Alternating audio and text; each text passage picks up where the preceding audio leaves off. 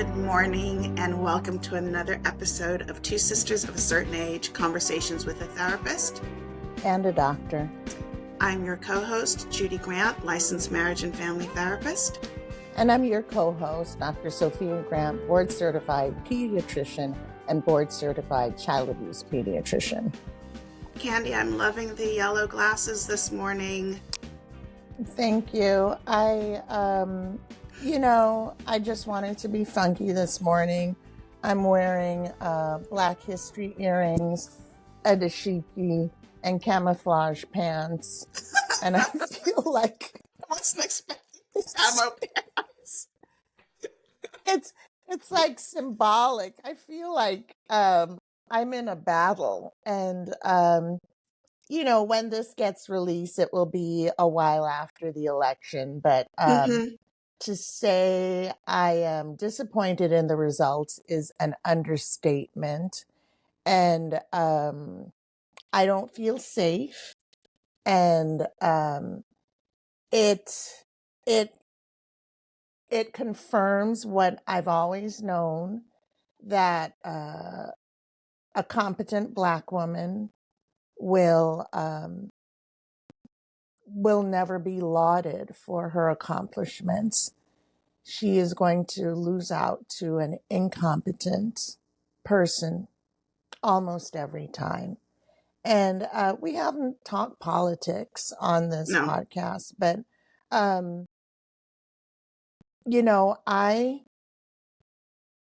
when I woke up on Wednesday morning, I realized, that my daughters are of childbearing age, and one of them, might have a baby in the next 5 years. And suppose that person is having a miscarriage or needs a D&C, where they're going to go. And then I was terrified. And I was like, well, should I make sure that wherever they live, I don't know. I'm just at a loss. And it's just feels so gloomy to me. But I am reminded of the Bible passage, Matthew 6:19-20. That's another thing. We don't really talk religion on the show, but as a Christian woman, but not a Christian nationalist by any means, I recall the passage. Do not store up for yourselves treasures on earth, where moths and vermin destroy, and where thieves break in and steal, but store up for yourselves treasures in heaven, where neither moth nor rust destroys, and where thieves do not break in or steal. And it kind of reminded me that, we plan for things of this world, but if you believe in an afterlife, that's what you need to be planning for. And I mean, when you're faced with tragedy, that's what it is. To me, it's a national tragedy. You are forced to become philosophical.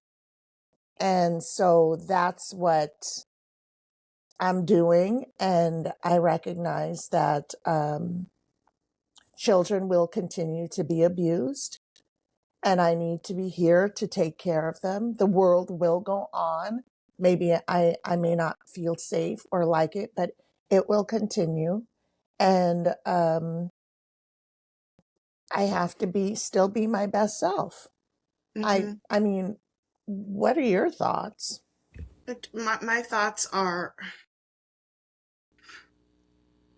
there is a malaise that has covered me.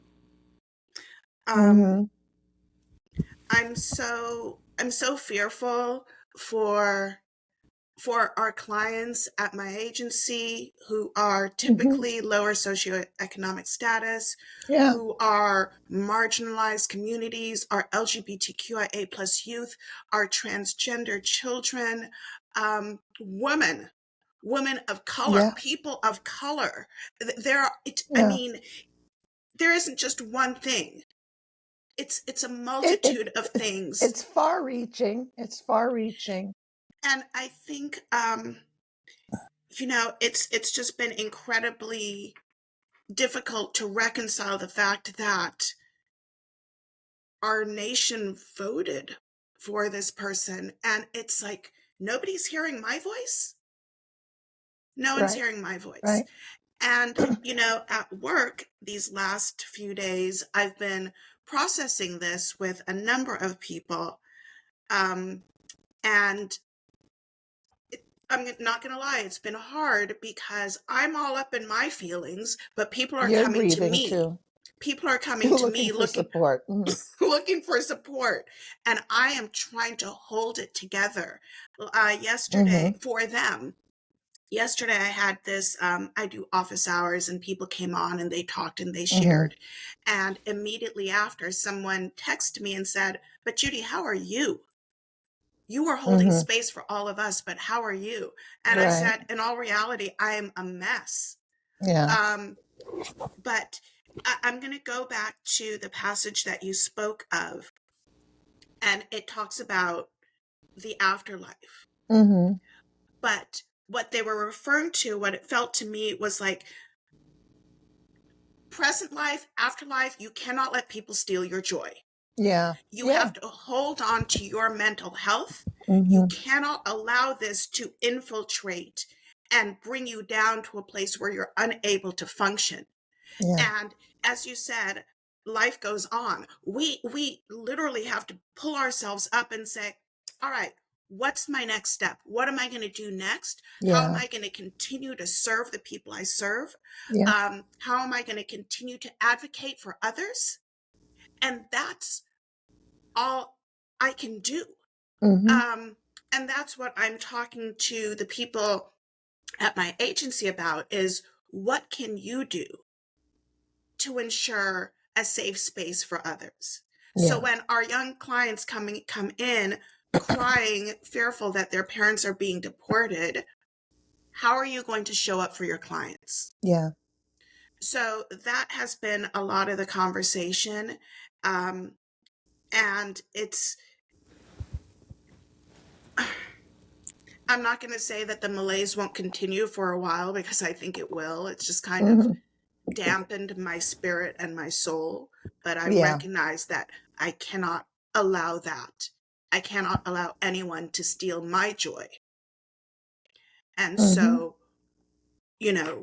finding a way to recapture that in our lives. Yeah. Yeah. In my divorce episode, I mentioned how much I love us. I love me and my 4 kids.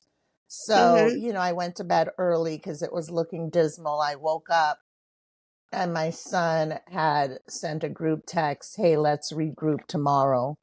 And so I was at work and all 4 of us got on a little, Mm-hmm. FaceTime call, and we were able to vent. And my son works for the Human Rights Commission. So they had, like, this past Thursday, a big session where the community came together to kind Mm-hmm. of think about how the next steps, how they were going to move forward to Right. work for the marginalized community. Right. And then I had suggested, because, my youngest child is a radical, and she's like, "I'm getting out of here." She's moving. So outside of the country. And I had suggested to my son, well, he might want to work for the Foreign Service. And then he came back and he said, "I don't want to work for the Foreign Service under this man." I said, Mm-hmm. "Oh, you have a point." Mm-hmm. And then he said, "I need to stay and continue to do the work." So I think, um, many of us have kind of decided to buckle down and, like my camouflage pants, like, enter this battle, just be Mm-hmm. fierce, be unafraid. And Right. that's what we need to continue to do. And I'm not going to be one of these people who waits until something specifically affects me to Yes. cry out about the Yes. injustice. Yes. Like, you shouldn't have to personally experience trauma to know that your parents being sent back to their country is horrible.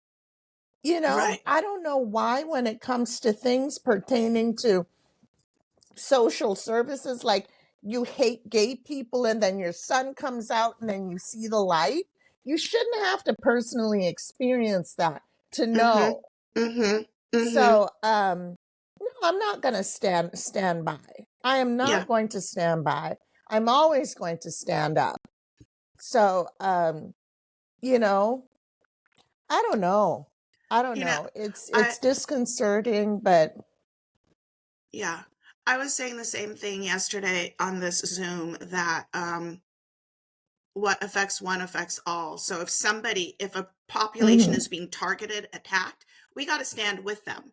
Oh yeah. We have to advocate for Oh them yeah. because we would want the same them to do for us. Yeah. And we cannot Yeah. look at it like, oh, it's just them. No, no, Yeah. it's us and how we But band yeah. together. Yeah. Yeah, but let me tell you something. The people who are standing up against oppression for other marginalized groups, they're typically Black women. Black women show up, Mm-hmm. and I have to say, we're tired. We're tired. I am tired. So, Yeah. this is a little mini vent session from Tusoka, Yeah. Yeah. but we have big feelings. Yeah. If I Yeah. was a child, I'd be having a tantrum. And but we wanted to kind of have this episode. This was Judy's idea about what are we going to talk about? Well, something else that I've been doing at work this week is helping people to find their joy, right? So I've had Mm-hmm. people come in and we talk and we vent and we cry, and then tell me something fun. Tell me something that you enjoy.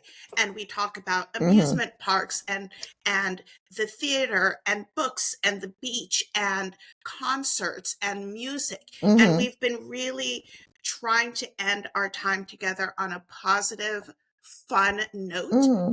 to try to carry that throughout the rest of our day. So I'm taking a note from what I've been doing, and we're going to do something fun. Mm-hmm. And I think everybody can relate to this. We're going to talk about Mm-hmm. movies. And I'm thinking specifically about like movies that have shaped our lives and those Yeah. core movies where you attach so much memory to them that it becomes almost like folklore in your home. So, Yeah. Candy, I'm going to talk about the first legit movie that I remember seeing here in the United States. Do you remember what that was? Jaws. Was it Jaws? Yes, it was Jaws. And let me tell you what Mm-hmm. happened with Jaws. Because I this remember the theater we saw it in. yeah, Mm-hmm. on Doheny. Yep. Mm-hmm. And we walked Yeah. there from the house with our brothers. Yeah. So I'm little. Uh, and this is back in the day when you could stay in the movie theater for as long as you want and see the movie over and over and over again. So we probably stayed for at least three showings of the movie. Candy got tired at some Did point and we? walked home. Uh-huh. Okay. Uh-huh.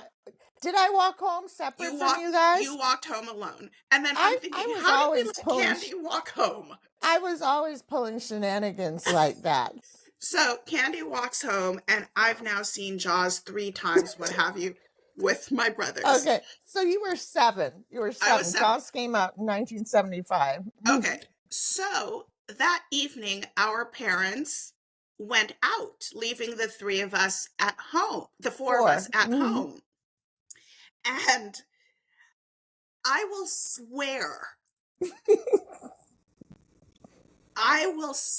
to everybody that while we were home alone, the four of us watching TV, there was a movie trailer where a young girl was on the toilet.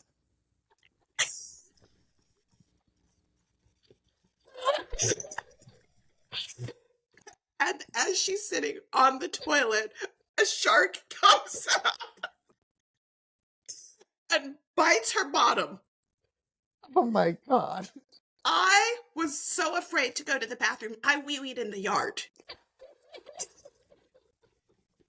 Oh my God. Oh my I would God. not use the toilet until Mommy and Daddy came home. I was Um, so afraid. oh, So afraid.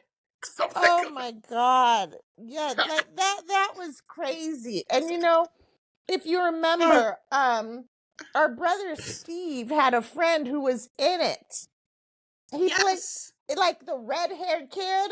He was Yes. in it. I think the mother was on the shore and calling out his name, and Steve's friend was the kid who died. Yes. On the raft. Yeah. Oh my gosh. Oh Yeah. my gosh. Jaws was definitely huge. I mean, we've seen a lot of movies, and one that sticks out in my head is Sound of Music. Oh, yes. It came out way before we moved to America. I'm not sure when that came out, but Mummy and Daddy, it was Mummy who took us to the theater. We're gonna see Sound of Music, and I was like, as a kid, like, is this some music appreciation stuff? Like, Right. I was like, I didn't want to go. And then, of course, Candy, that was 1965. yeah, so before we were born, but then it was released in the theater.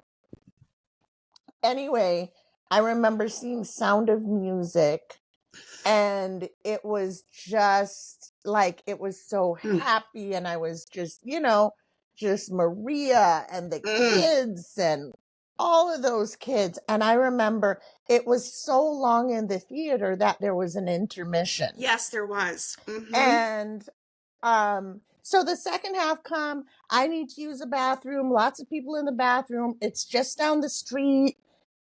And we decide to go home, and I'm dying to use a bathroom. So I'm saying Mm. this in the car. So I run into the house, and I run into the downstairs bathroom, and my brother goes and he sits on the toilet. Oh So no. I can't use the bathroom. So I take off my clothes, and I'm like, if you want it to happen, it will happen. And so yes. And so when he saw that I was serious, he quickly got up. Oh, that is So too that funny. that is a memory. Okay, Um, so are oh those, yeah. they're both So about the bathroom.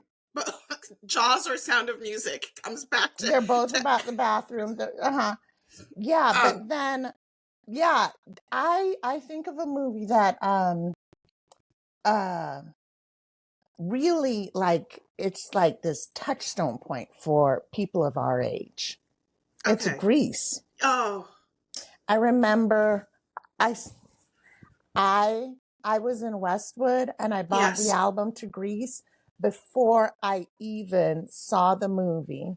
And then we saw the movie, and back then we were taking the bus into Westwood. Yes, we were. And I saw the movie. It was seemed like every weekend. I think I saw it like maybe 4 times in the theater. At And back least, then Candy. that was a lot, Yeah. because you had to take the bus, but it was, and then of course by the second time you knew all the words, you knew the dances. And the thing about women our age is, when you get together women of our age, Mm-hmm. everybody knows the soundtrack. Yeah. In college, one time, a girl had like a Grease sing-along in her dorm room, and Yeah. it was all these women with hairbrushes singing Hopelessly Oh, Devoted to You. yeah. And then, of course, I got chills. I'm multiplying. And then, of course, remember the spandex pants. Yes. Everybody was wearing spandex pants and satin jackets Yes. We with had the with satin with jackets. We had we that. had this mommy got us satin jackets. But that is huge. And the interesting thing is, because it's so memorable to me, I told the kids, you guys, this was such a huge movie. And the kids like it. Of course they It's do. more like kind of nostalgia, but Right. they like that movie as well. But I mean, that's a classic. Well, I have my Pink Ladies jacket in the closet right now. You still have it? I have a Pink Ladies. No, it's not from when we were children, Uh-huh. but I went to like a thrift store And and you got saw it? a jacket that says Pink Ladies, and I, it makes me feel good. Yeah, It makes me no, feel good. But it's there. There was something about that movie, the joy of it. Oh my gosh, I'm thinking of Rizzo. I'm oh thinking yeah. of Danny, and I'm Kaniki. A hickey Yeah, from Kaniki's like a Hallmark card when you right. care enough to send the But very best. Come yeah, on. I'm but quoting but this movie. but what I realized when I watched it as an adult, there was a lot of innuendo that I didn't understand. Oh yeah, for sure. Remember when somebody referred to sloppy seconds, Yep, and I was like, and then when they're doing grease lightning, the chicks will cream. yep. I know what creaming was, Uh-huh. That's but so I funny. but that is a fabulous film, and yeah, that's a huge one. And then of course you I don't think you were as affected by this as I was, but Saturday Night Fever. Saturday Night Fever was my first Oh, R-rated movie. another John Travolta. Uh-huh. Mm-hmm. I was 11. I was 11. And that movie, of course, I wanted to see it for the music, the dancing, but like there's sexual assault, Yep, there's suicide. yep, It's a dark film in terms of everything he has Tony has going on in his life. yeah, And the dance floor is where he goes to escape. yeah. Yeah, I was you were 11, Mm-hmm. and I was too young for that. Right. Not that 11 was appropriate, but No, it was still. not appropriate. I remember Yeah. again, took the bus into Westwood, Yeah. and then somebody asked me, "How old are you?" And I said, 17. And I was a young looking 11-year-old. I could have passed for 8.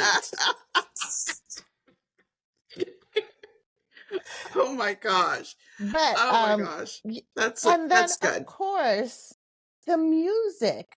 When I listen to the Bee Gees now, it Mhm. it's it just takes me back and I feel so happy. And Yes. I love disco. I love that era. I love Mhm. the Bee Gees. Mhm. I love the harmonies.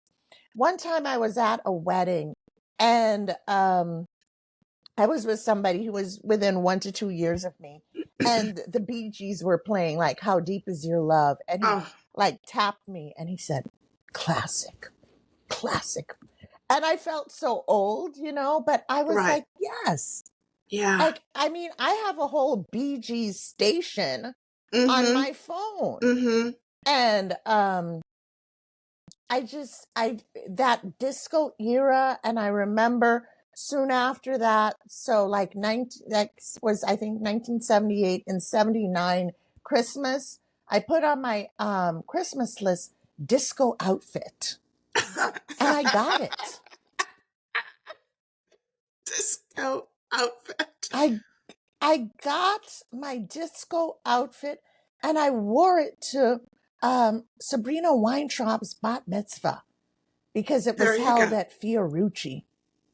There you go. And of course, other girls my age had their disco outfit, and it was the spandex pants, the tight Yeah. pants. Mummy was not going to buy that, but I had this loud kind of neon orange like outfit.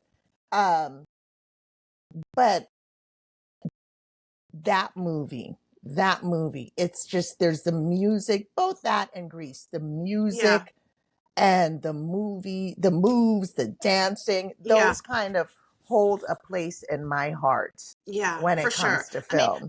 I think it kind of defines our childhood. Yeah. And when I think about the movies that are out there now, they're different. Yeah, they're They're different. different. And I don't want to be one of these people, they don't make movies like that anymore. But there are, like, I remember when Haley was experiencing High School Musical. Oh, yes, yes. I thought, Mhm. oh, this is her Grease. Yeah, This is something 30 years from now, she'll get together with friends and they'll sing the song and remember all yeah, of that. So she's High School Musical, Cheetah Girls, all of yeah. that. Mhm. Yeah, no, for sure, for sure. And Maxine was in it with Haley. So Yeah. they were both in.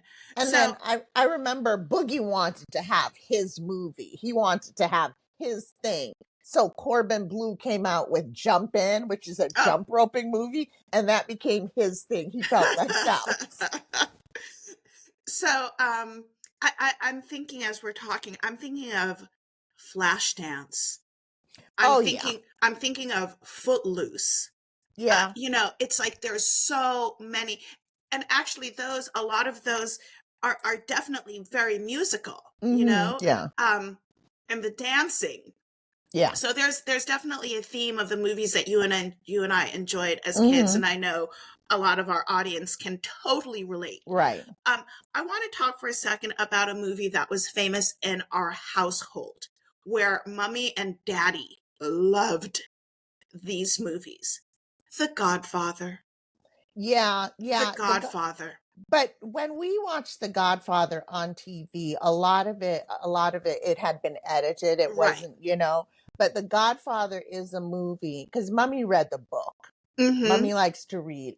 Um, that movie is like if I could be like, oh, I need to go to the supermarket and I like turn on the TV and it's on, I'll drop everything. Yeah. That's the only movie that I will change my plans to watch it when it comes on Yeah. TV. I think it holds a place for me because it was a movie that we watched as a family, but then Mhm. it's just like the movie Phew. just was. We were just talking about Sunny 2 days ago, you and I. Oh yeah, I mean, and there's certain kind of cultural things Yeah. like that like Connie kind of being the puppet master in Godfather 3, which we don't really talk about too much. But Right. Sonny and what's his name? James Caan and Fredo and Oh, Michael yeah. and I remember in part 2 when they go back and Robert De Niro Oh, and Al Pacino are in that movie. right. Um, but just a fabulous movie. And there've been so many like podcasts and things about it. Like the horse head was real. It was real. Mm-hmm. And I heard, on day 2 or day 3, it was getting pretty gamey. And Yeah. they would take it, put it in the freezer, take it out to film the scene. Um, but the theme song, I mean, it's just and then you notice how everything kind of has a yellow haze to it. Right. That was Yeah. all done on purpose. It But was it was fabulous. I'm thinking you just said the theme music. The power that music holds in movies. Oh yeah. And now I'm going to go back to Jaws for a minute because Dun-dun-dun-dun. regardless of your age, everybody knows that music, and that music became a character, Yeah, right? it That did. like instilled fear in you. Oh yeah, because when it was coming, you Oh, knew, like it's time to hold your breath. right. And the same with the Godfather music is so iconic. Like that just like carries its own weight just in and Oh of yeah. itself. So Mhm. love, I don't know anything about movie making. I just know what I enjoy. But the way that directors and creators and whatever, all of those amazing people are able Mhm. to weave these things together to tell a story that's so then multidimensional, it's just phenomenal. It's it's Mhm. it's it's amazing. So, Candy, do you have a favorite movie? It's so funny. I have a couple of favorites, and they're favorites for different reasons. Um, Fast Times at Ridgemont High, to me, it's a classic. It is a Jeff Spicoli, classic. Jeff Spicoli, Mike Simone Damone. Ratner. Yeah, like I mean, my friend's brother memorized all of Mike Damone's lines. Candy, You know, I was replaying the line when they're in the car and it's like, what was it? Side 2 on the album. Ah, I can't remember right now. Yes. how about, yeah, my dad has an awesome set of tools. He can fix it. Yep. And then Mike Damone's lines that attitude dictates that you don't care whether she comes, stays, laser praise. Oh my gosh, Candy. I mean, like that to me, it was just so kind of like, and of course, I didn't see it when in theaters or something. Let me see what year that came I out. saw it. We were definitely in high school, Mm-hmm. but it might have been 1981, 82. And that was when, that was like, what's his name? Sean Penn was a big deal. Yeah. And then another guy from high school who, Nicolas Nicolas Cage was in Cage. it, but he was credited as Nick Coppola because he hadn't changed his name yet. Yeah. Mm-hmm. But that was a classic movie. But then another movie that I just absolutely love, but I haven't seen it multiple times, is Sophie's Choice. Oh. My God, is that a beautiful film? Oh. And does it tear out your heart Mm. every time? And I mean, Meryl Streep speaking English with, I don't know what, Polish accent or, oh my gosh, that one. And then she won an Academy Award. Yes, she did. Yes, she I don't, did.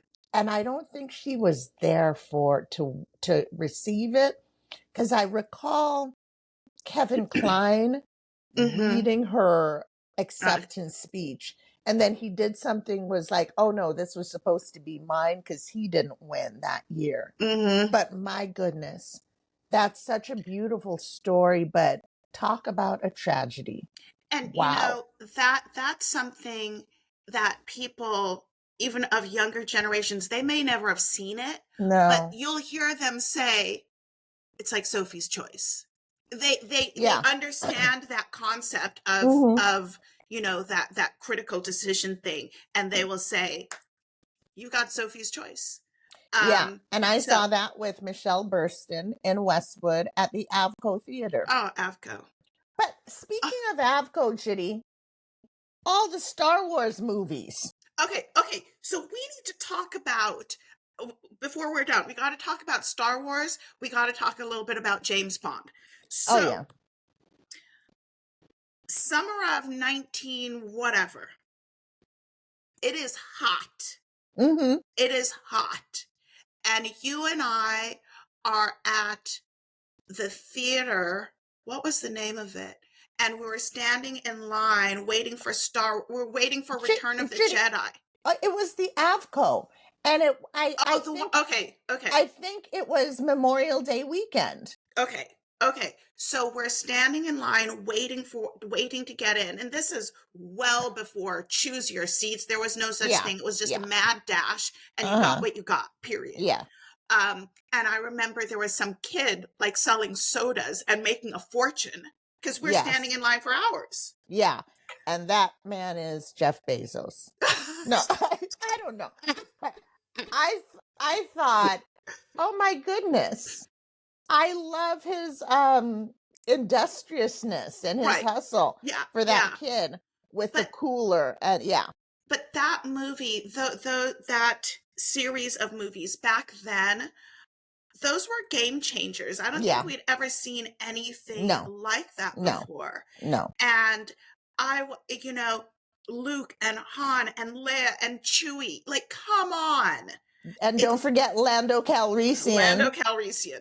I mean, it was like, I'll never forget. I see us right now in that line. Mm-hmm. Right now. The same theater we saw James Bond, For Your Eyes Only. Mm-hmm. And by the way, movies back then, it was less than $5. Yeah. But yeah. So we saw For Your Eyes Only in that same theater. We waited. We saw it. And I will never forget, like, the audience reaction was so great to what was happening in the film.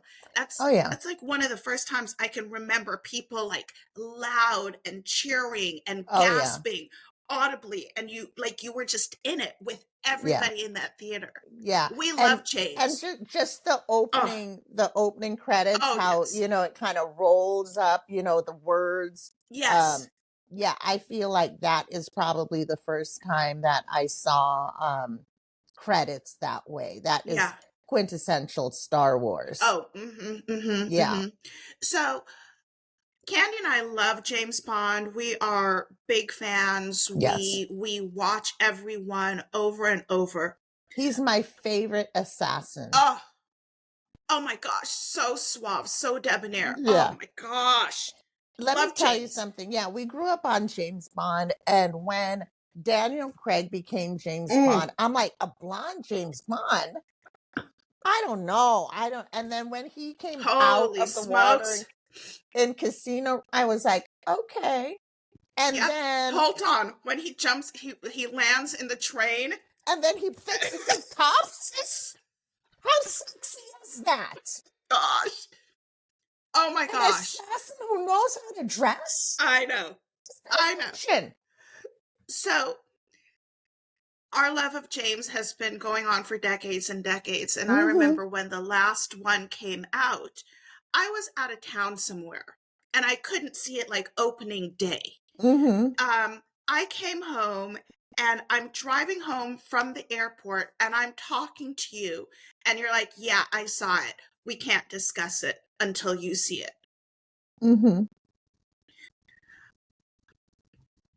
This is so ridiculous. I've never been more disappointed by a movie in my whole life. Yeah. Yeah. Yeah. And then, of course, as much as I love Daniel Craig in this last movie, I think I hate him. How did he consent Oh my to, gosh. spoiler alert, die in the Yes. movie? Yes. James doesn't die. James never dies. James never dies. And I don't understand that to my core. I want to sit with those people and say they effed it up Yeah. for a lot of us. Yeah. And I remember, and like, when you called me, you were cursing. yes, You were cursing in the car. Yeah. Rick Rick said that he's never heard me curse more I than in was the so car. Like mad. I was mad. I was Yeah. And mad. then Oh, I saw it with Mummy. And I was like, I can't believe that. Like, I could have gone my entire life without seeing that. yes.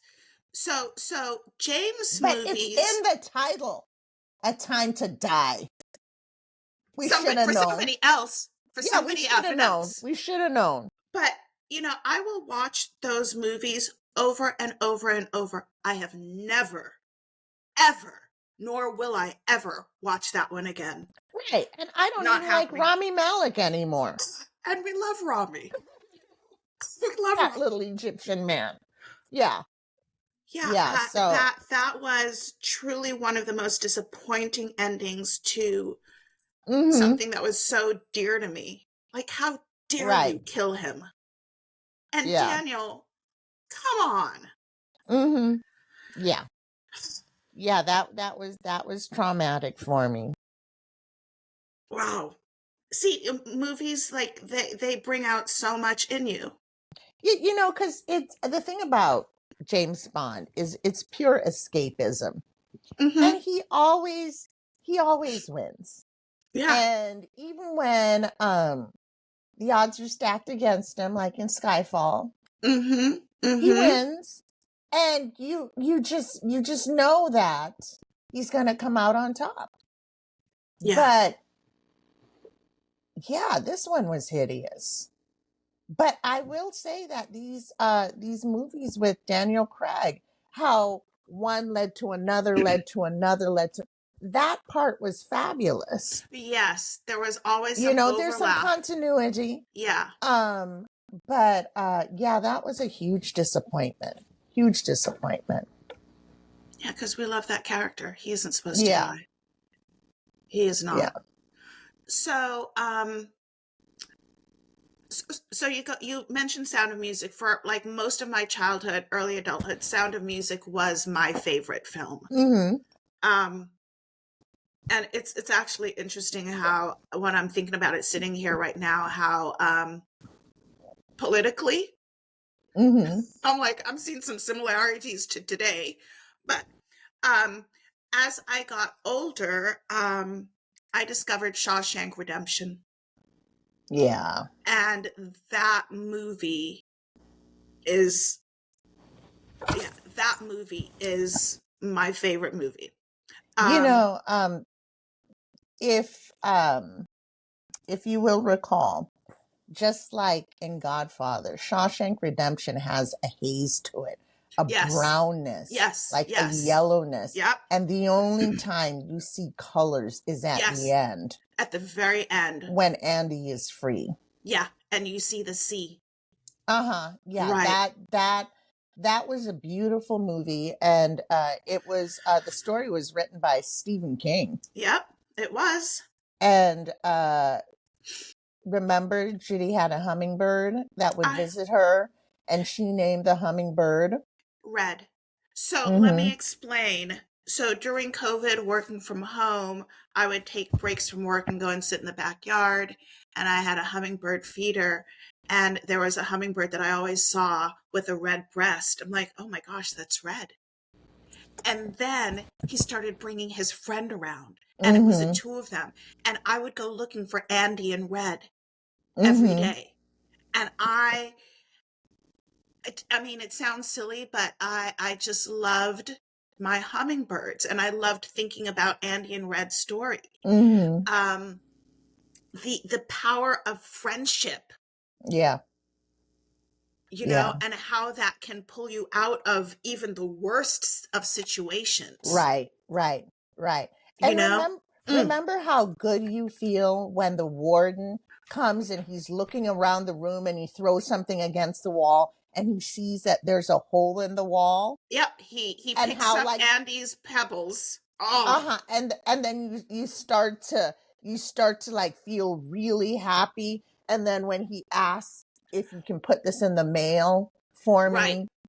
Yep. Yeah. And how about when the warden goes into the safe and takes out what he thinks is his ledger book, and Uh-huh. it's the Bible that the Uh-huh. warden had given Andy, Yeah, and it's with the with little. the carve out of the stone hammer.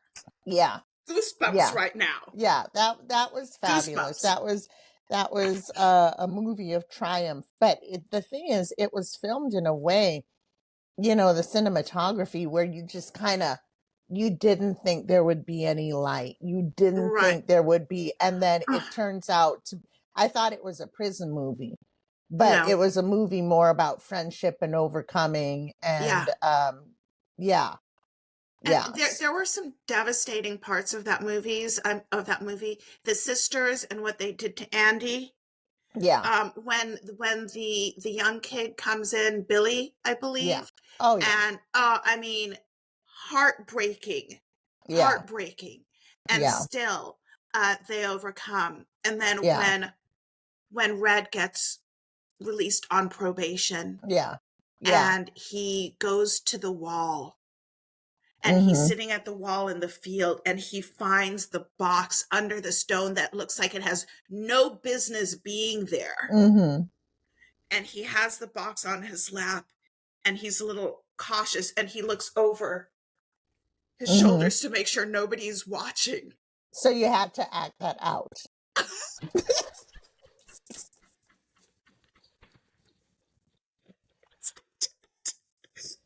I did.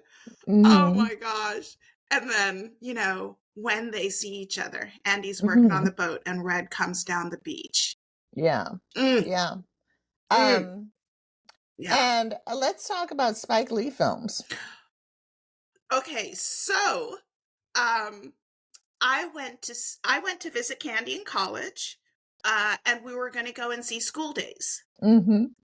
And so I drive out there. I'm with her for the weekend, and we go to a theater to see School Days, and the theater is packed with young Black and African American people. Mm-hmm. And there was so much like interaction. It was an interactive film. Yeah. There was Uh-huh. so much interaction going on, but it was like the first movie that I can recall that addressed those issues within the Black and African American community and talked about them in a way that I could understand. Yeah. It was, I think it was a game changer. Mm-hmm. It It was a really game was. changer to acknowledge a Black director like that, Yeah. for him to have Yeah. the space to put him out a movie like that.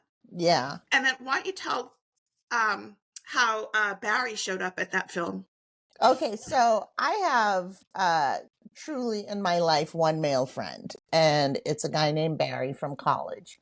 And he's white. And so I think Judy and I went to the movies, and then he was joining us. And then he shows up to this black film, and somebody's like, "Hey man, what you doing here?" And he's like, I'm just trying to see the movie. I just see. And so he was getting flack for showing up.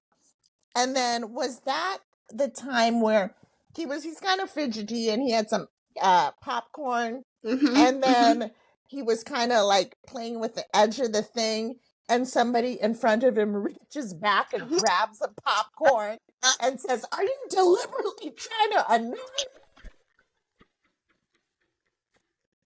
Yeah, so yeah. Oh my gosh. But I saw before school days, it was She's Gotta Have It, black and white, with Mm-hmm. Nola Mm-hmm. Darling.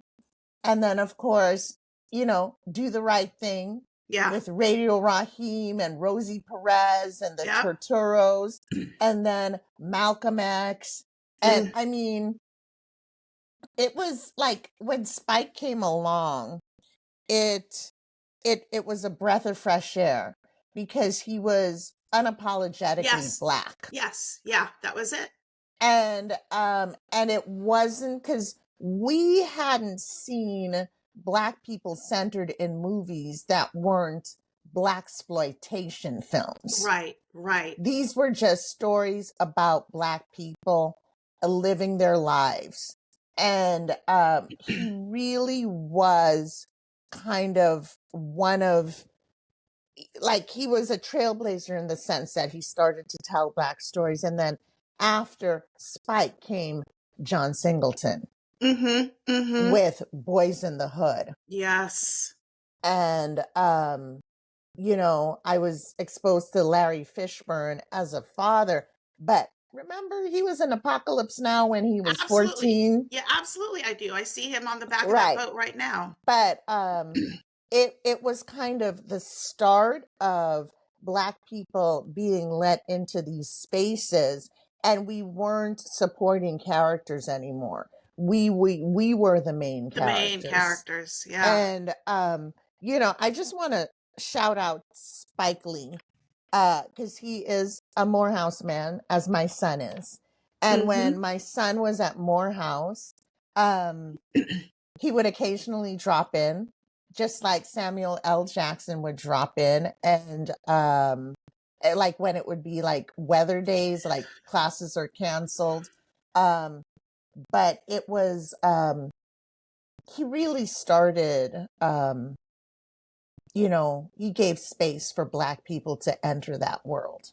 And then so many more have come after. Yes. And Ava DuVernay. Mm. And then I Mm-hmm. just want to shout out my friend, Oh. Christine Swanson. Yep. I saw her film. Her latest film is called Albany Road. It's coming out on November 15th, which will be after this airs. But it was on Wednesday, so the day after the election, and I just kind of wanted to mope in my house, but my kids said go and support your friend. And Christine had sent me a link to watch it, and I watched it on my computer, and I was like, oh yeah, this is good, it's fine. And then when I saw it on the big screen, I'm like, oh my gosh, but it took me through all the emotions. Mm-hmm. And you know what? Spike came to her undergrad school and he spoke, and she changed her major from finance to film because of him. And then when she took her, she did her master's at NYU, he taught one of her classes. Damn. So that is how one person can influence other people, change the course of their lives. Yes. Yeah. I think ending with Spike and his influence on cinema and advocating and creating spaces for Black and brown people is a perfect end for our episode today. Because we started one way. Yeah. We talked about what brings us joy in the movies, and we ending with Spike, I think, is perfect. Yeah, so it is. So to Soka family, thank you for being with us today. Thank you for allowing us some space to vent and share what's going on with us. And then thank you for giving us the space to talk about those silly, joyful things and heavy things that movies can bring. But those movies that really do change your life or mark a time and a place for you, and how they will always stay with you. All right. Well, thanks for listening to this edition of To Soka. Remember, if you have any comments, you can send us an email to Soka Podcast, the number 2, sokapodcast@gmail.com. Follow us on Instagram, Two Sisters of a Certain Age. We are on YouTube. You can look at my outfit if you want. With the if you want to pants. Let me see. I can't bring my leg up. Oh, there we go. Okay. So just, follow along, follow, share. Let this be like a springboard for discussion of your favorite movies. What movies do you sing along to? What movies do you always stop to see? So thanks for watching. Yeah, have a great day. No Longer Network.